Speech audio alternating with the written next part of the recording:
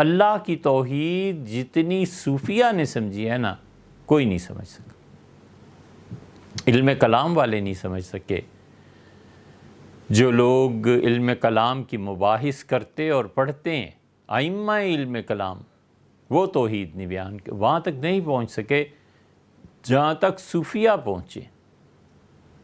صوفیہ آخری درجے تک اللہ کی وحدانیت کے قائل، اللہ کی تجلیات سالک پر پڑتی ہیں، اللہ تعالیٰ کا ذکر اور مراقبات سالک کو اللہ کی راہ پر چلاتے ہیں۔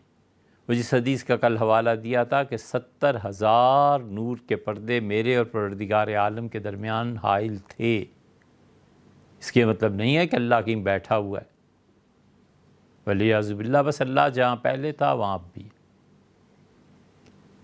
اور انہوں نے کہا، حضور صلی اللہ علیہ وسلم کچھ سوال پوچھے تھے جبریل امین سے کہ یہ کیا ہے؟ انہوں نے کہا میں اللہ تعالیٰ سے عرض کروں گا، یہ جواب تو مجھے بھی نہیں پتا، وہ کچھ تعلیم فرمائیں مجھے تو میں حاضر ہو کے۔ تو اللہ تعالیٰ نے ان کا، اللہ کے رسول جبریل امین نے کہا آپ کے سوال کی برکت سے آج اللہ کا اتنا قرب نصیب ہوا ہے کہ آج تک کبھی خدا کا اتنا قرب نہیں ہوا۔ میں اس درجے تک پہنچ گیا کہ اگر میں ذرا سا آگے بڑھتا تو وہ نور کے پردے جو میرے اور پروردگار عالم کے درمیان تھے مجھے جلا دیتے۔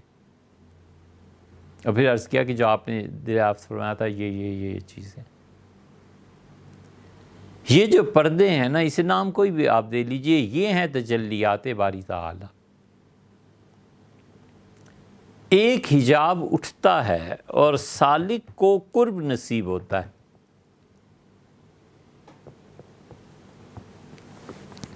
اگر تو ہے اس پہ فنائیت کا غلبہ،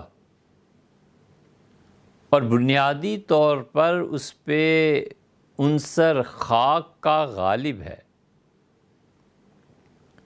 تو توبہ اور استغفار میں لگ جاتا ہے کہ کل تک میری یہ کیفیت تھی، آج میرے ساتھ یہ کیفیت نہیں رہی، اور میں تو اپنے گناہوں کی وجہ سے مارا گیا۔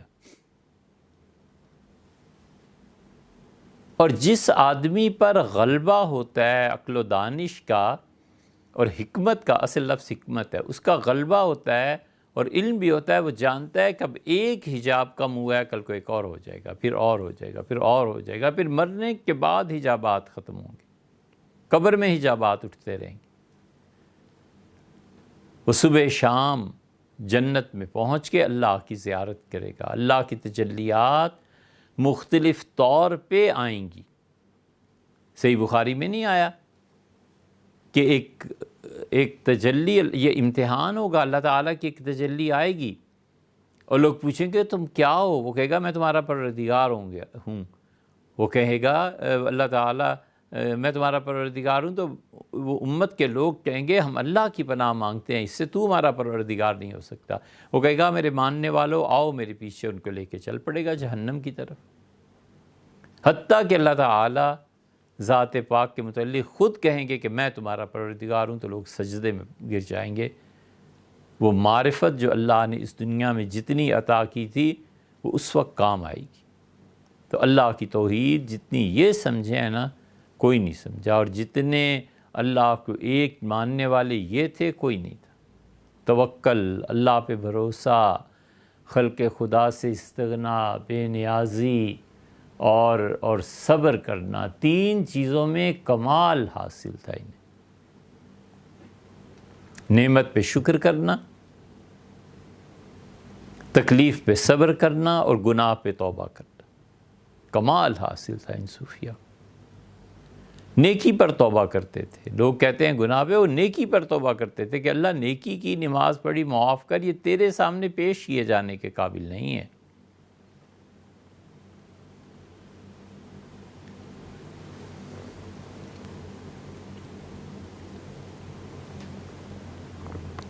تیری خاک میں ہے اگر شرر، تو خیال فقر و غنا نہ کر، کہ جہاں میں نانے شعیر پر ہے مدار قوت حیدری۔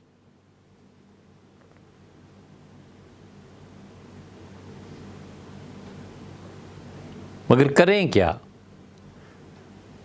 مسئلہ یہ ہے کہ تعلیم کا سارا نظام بگڑا ہوا ہے، ہمارے بچے جانتے ہی نہیں ان چیزوں کو، یہ باتیں ان کے لیے اجنبیت اور نامانوسی کی ہیں۔ وہ فریب خوردہ شاہیں، علامہ اقبال نے کہا نا، وہ فریب خوردہ شاہیں جو پلا ہو کر گسوں میں، اسے کیا خبر کہ کیا ہے رہ و رسم شاہ بازی۔ شاہین کے بچے، باز کے بچے، اور اگر وہ پلیں گدھ اور کووں کے بچے کے ساتھ،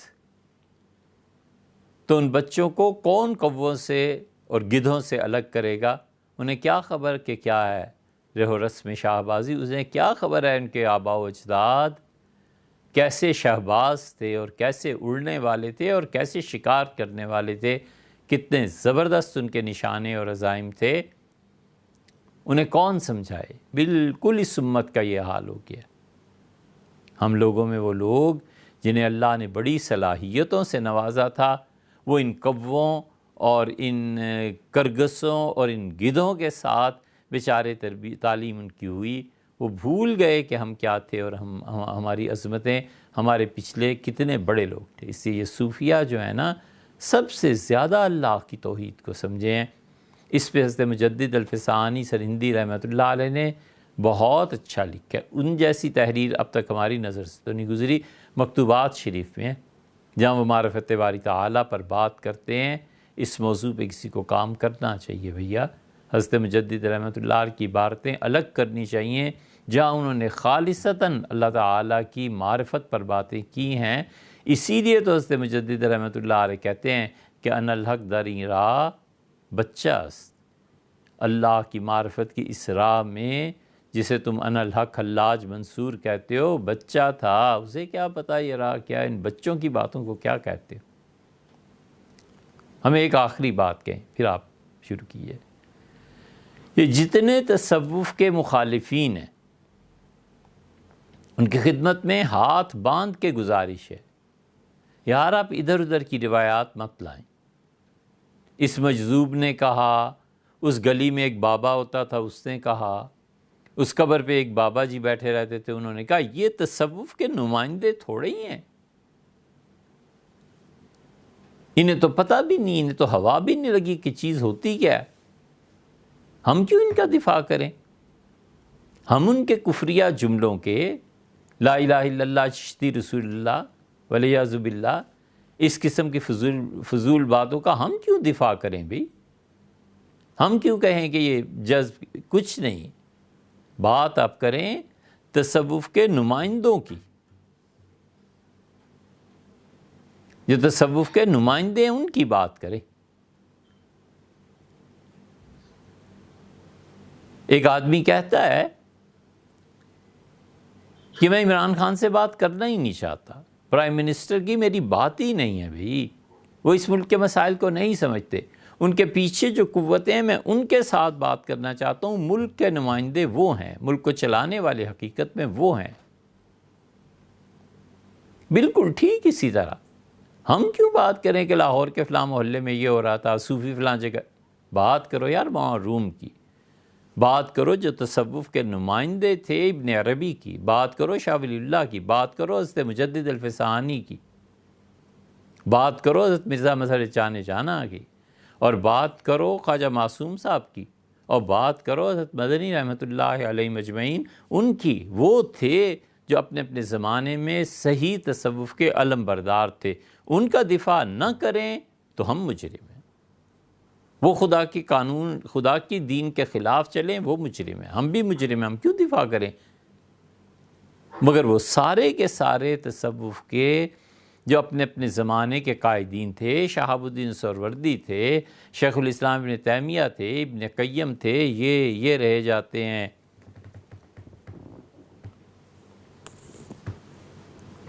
مولانا روم تھے،